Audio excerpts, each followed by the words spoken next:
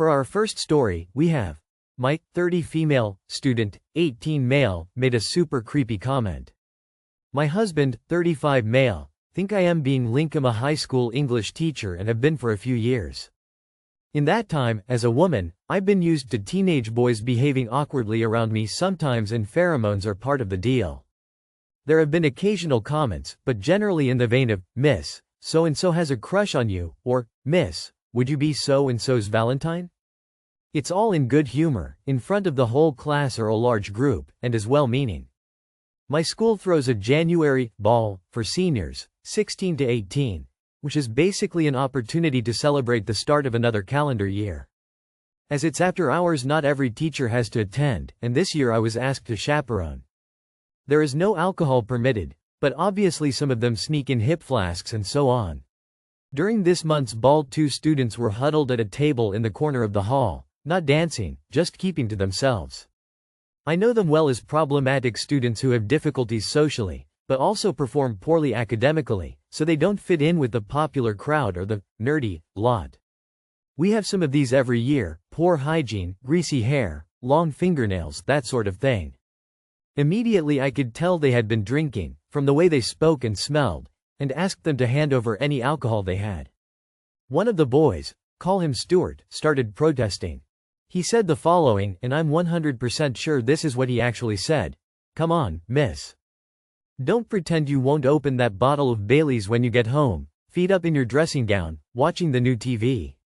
Give us a break. Now, as soon as he said this, I felt my heart drop into my stomach and got cold all over.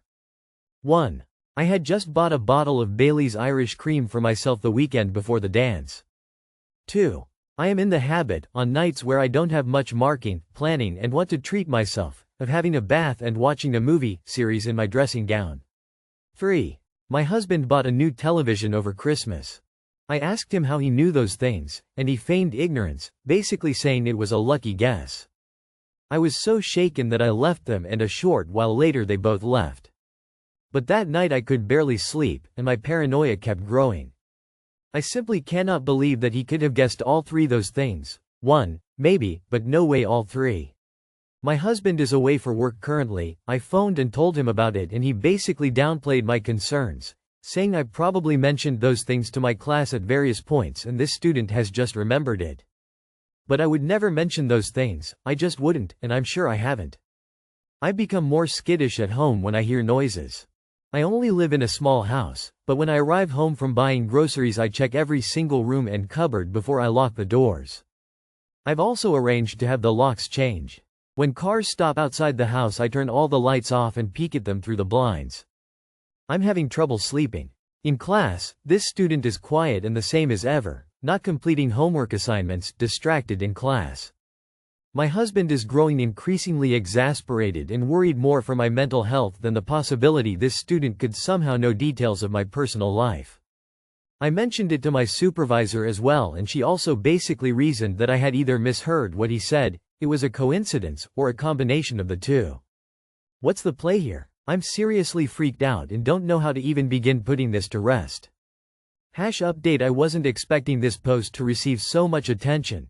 I'm really grateful to so many people who have validated my concerns and helped me develop a plan of action.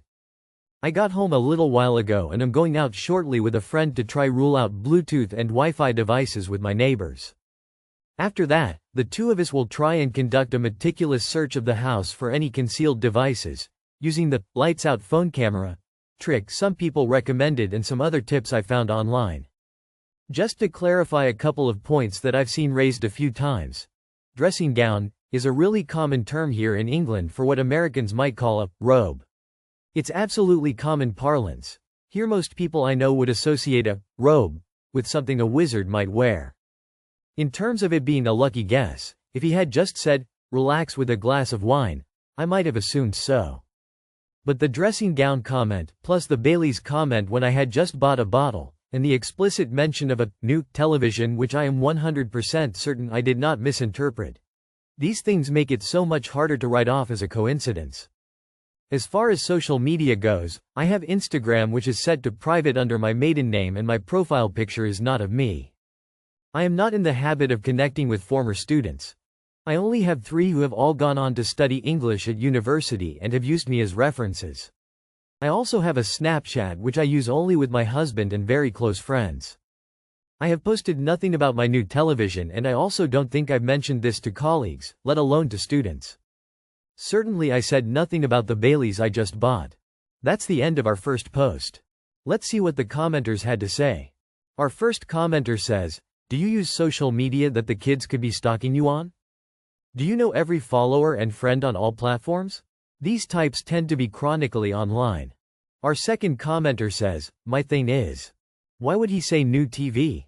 I could believe if he said, drinking some wine watching TV in your dressing gown, but being extremely specific about your drink of choice and new TV is a little scary. Wine is the trope, TV is what you would think people do, dressing gown is cozy. But those extra added details make it not a coincidence." Our third commenter says, "Ring camera girl, I'd be weirded out too." For our second story, we have, "My 25 female boyfriend 26 male pushed over a child in the mall and I am not sure what to do. Yesterday my boyfriend and I were doing some shopping at a mall downtown and we went to get lunch in the food court. We were going to get food from different places, so he waited in line with me, then we'd go get his food, then we'd find a table. I was carrying my tray of food and we were walking towards Subway when an elementary school-aged child, maybe 5 or 6, came around a wall running full speed, only a step or 2 away. My boyfriend put his hand out in front of us in a stop motion, and when the kid made contact with his hand, my boyfriend pushed back and knocked the boy to the ground. He fell on the floor and was crying hysterically. The boy's parents came over and the father started pushing my boyfriend into the wall, demanding to know why my boyfriend hit him, and my boyfriend just said their son is old enough to know better than to run full speed in the mall. Because of the yelling between him and the father, we were all asked to leave the mall, and this was extremely embarrassing. I was surprised that my boyfriend really knocked a kid to the ground. He could have sort of put his hands out to brace for impact or something, and I think he took the threat of a running child too seriously, but when I share this, my boyfriend asks what I would do in that situation to protect him. He thinks he was completely reasonable in knocking this child over and that the parents should have taught the boy not to run indoors. To my boyfriend's credit, I was carrying a tray of food and wasn't entirely focused on what he was doing, but I clearly remember his hand going out and then pushing the kid over from the shoulder when the boy made contact with him. My boyfriend says he had his hands out, like if you were catching a dodgeball at the waist, and the boy tripped on his own when he collided, but I swear I saw a push. In that situation I would have put my arm out a little to have a little stop between me and the kid just to stop a full force collision, or I would have stepped out of the way if I wasn't carrying an awkward tray of food. I feel like my boyfriend could have been a little more gentle with how he handled the situation and then dealt with the parents. My boyfriend and I have been together for 2 years. He's sweet and kind, he treats me well, and he gets along with my family. After this episode I'm sort of second-guessing the relationship. He has never reacted with anger or gotten into a fight in public before, and he has always been really good when spending time with my younger family members, same age. But now I'm worried he's one running child away from a jail sentence, and I'm wondering that he's somehow hid that he's some sort of hothead for our whole relationship. I do not want to be in a relationship with somebody who is mean to children, but I don't know if I really saw what I saw." That's the end of our second post. Let's see what the commenters had to say. Our first commenter says, "I think the fact that he used an excuse, by saying, he is old enough to know better than to run fast in the mall, etc., to justify his actions tells you that it was a deliberate push rather than him just holding his hand out and it being an accident. IDK, but I think if I held my hand out to stop a kid running into me, and by accident the kid fell back and hurt himself, I would be 100% checking to see he is okay, apologizing to him, apologizing to his parents, etc. That, and I'd also feel awful. I'd probably be really shaken and upset and I'd hate myself for it. I definitely wouldn't feel like justifying myself in any way because it'd feel so wrong as he got hurt. But there being like no remorse from him to me shows that it was a deliberate push and that he felt justified in hurting a child. But children do things like this. It's annoying, sure, but it happens, that's life. The fact that he thought he was actually justified is scary." Our second commenter says, "I want to preface this with I'm basing this on your assessment that he has always been a kind, caring man who has been good with your young family. So if that is in any way inaccurate, I don't know if I'd say the same.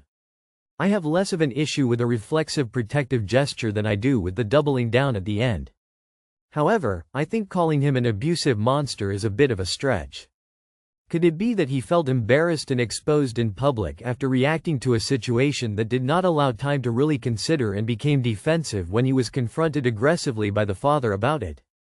I would hope he would have felt bad and apologized and said it was just a split-second reaction, but he is human. We react poorly sometimes. What I really wonder here is why you see this as such a big thing. It makes me think that you have noticed other things and maybe ignored or disregarded them. If I were you, I'd really sit down and think about any time you shrugged something off that gave you a bad taste. You might find that he hasn't been as wonderful as you think. If he has, I certainly would keep this in mind, but I don't know that I'd call him a child abuser without further discussion at the very least. That said, I can't help but think you're at least subconsciously noticing other red flags or have disregarded seemingly small things as we do in the beginning of a relationship that may add up to something worthy of concern. Our third commenter says, "The way I see this playing out goes like this. Kid comes barreling around the corner. BF puts his hands out to stop the kid, and pushes away. This has a twofold effect. The push was probably stronger than the BF planned it to be. Kids don't weigh anything, and as a result when the startled child hit the ground they started crying hysterically. I could see him doubling down with a dumb shit response like, well, he should have known better, while trying to save face in a moment of panic while being confronted by the parent. Not saying it couldn't have been handled differently. There are 1001 ways to have played this out better. I'm just saying sometimes in a moment of panic, guys say dumb shit in an attempt to save face when they know they did something stupid and are embarrassed about it. For our last story, we have caught Mike, 29 male, GF, 27 female, crying over the engagement of her ex from nearly a decade. Link, 29 male, GF, 27 female, and I have been dating for almost 4 years. I would say in general, it's been pretty good, but there have definitely been a few beige flags, on both our parts. That being said, last night, I caught her crying over engagement photos of her ex of 8 to 9 years ago. I also happened to know she was staring at the pics for at least 30 minutes, if not longer. She says nothing's going on and she just wanted attention from me, huh? But this is a crazy red flag, right? You don't just start bawling over someone you used to date nearly a decade ago unless you still have feelings, right? Posting to get some outside perspectives, as I'm pretty close to the situation, but damn. Feels bad, man. TLDR. Caught GF crying over ex from long ago, wondering what to do now. Edit. Since this has come up a few times in the comments, I did ask what the crying was about. I'm not a completely insensitive jackass. I just didn't get a particularly straight answer beyond, "I'm sorry, I love you," which feels like a non-answer. I'm feeling a little raw, so I've set some boundaries and we'll revisit the conversation of not want to leave things unresolved. This is just a new situation for me, hence the turning to groupthink, rightly or wrongly.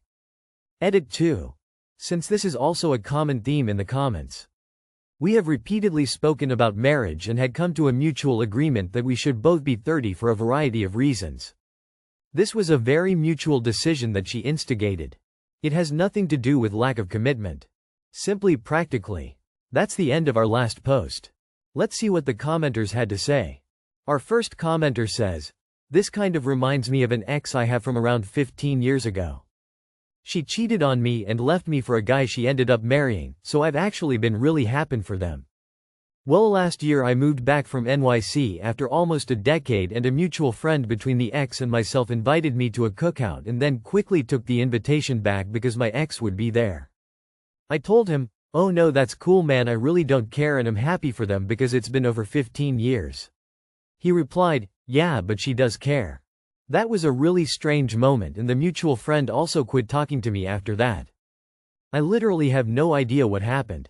Our second commenter says, "Let me guess, he told her he never wanted to get married and she either wasted a few years thinking he'd change his mind, or she believed him, only to find out it was that he didn't want to marry her." Our third commenter says, "You can be nostalgic about things you don't actually want to go back to." That's all for today. If you enjoyed, please leave a like and subscribe. Thank you, and have a wonderful day.